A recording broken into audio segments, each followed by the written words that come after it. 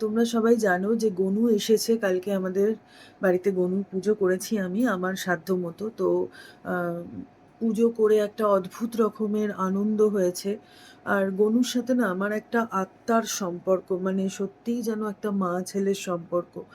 তো যখন পুজো করছি একটা অদ্ভুত ভক্তি, একটা একদম যেন সেই ভক্তি সাগরে ডুবে যাওয়ার মতো। আর আমি খুব ঈশ্বর বিশ্বাসী একজন মানুষ।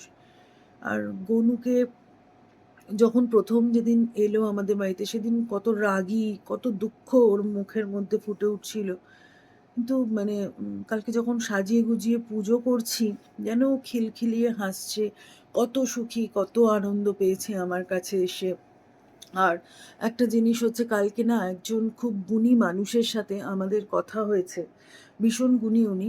তো উনি বললেন যে ঈশ্বর নিজে থেকে কারুর কাছে যাওয়া মানে ঈশ্বর তাকে পছন্দ করেন, এবং ঈশ্বরের ঈশ্বর তার সাথে আমাকে বললেন উনি যে তোমার সাথে কিন্তু ঈশ্বর মনে মনে কথা বলেন।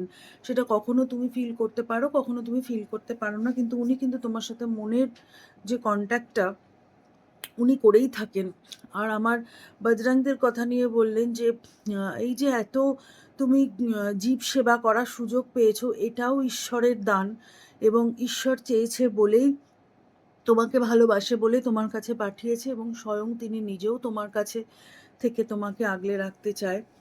আর আমার এই গনুর যে কালো মূর্তি, পাহাড় কেটে বানানো, 50 কেজি ওজনের মতো ডানসুরো, তো উনি বললেন এই মূর্তি সচরাচর কারুর বাড়িতে যায় না, যাওয়া মানে প্রচণ্ড শুভ।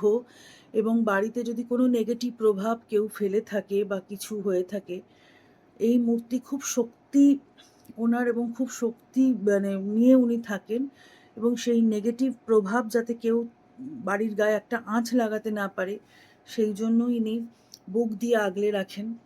আর একটা হচ্ছে যে কাল গনুর পুজো ছিল এমন একটা শুভ দিনে আমি করেছি, যেটা এক হচ্ছে গনুর আগমন, এক হচ্ছে কালকে ছিল কাল ভৈরব জয়ন্তী, আর আমার আদ্যার জন্মদিন। তো মনে হলো তোমাদের সাথে শেয়ার করি। গনুকে পেয়ে তো আমরা ভীষণ খুশি আর খুবই আনন্দে আছি। ঈশ্বর আমার বাচ্চাগুলোকে ভালো রাখুক, আমার মেয়েটাকে বড় করুক, শুধু এইটুকুই চাই আমি আর আমার হাজবেন্ড। আমরা দুজনে মিলে যেন আমার বাচ্চাগুলোকে সবাইকে ভালো রাখতে পারি, আমার মেয়ে আর বজরংদের। এটুকু আশীর্বাদ যেন ঈশ্বর আমাদের করেন, এইটুকুই, আর আমাদের যেন আগলে রাখেন।